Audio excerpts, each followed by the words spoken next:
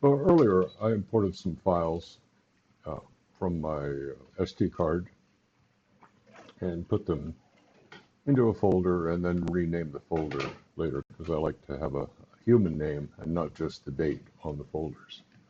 I say I wanted to process these files, like for example,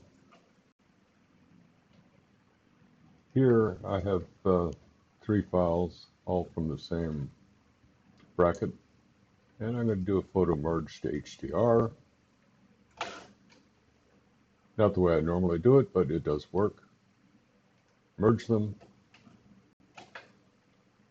and that's going to create an HDR DNG file for me, which is here.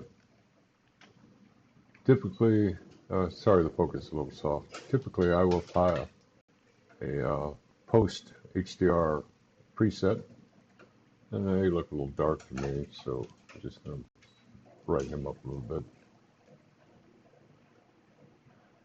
And again, the photos are a little soft, but never mind.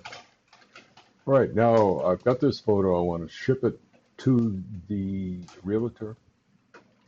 So I will hit Command or Control, Shift and E, or I could go up to under File, Export, but I am.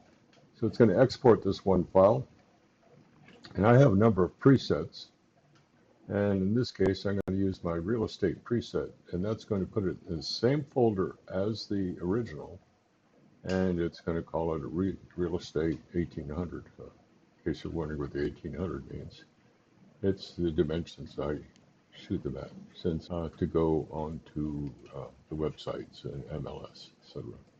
You hit export. It's going to eventually export that one file. There it is. Done. Now again, if I go back to my file location and bracket and shoot, and then it created this subfolder for me of this JPEG, which includes the processes that I had done to it.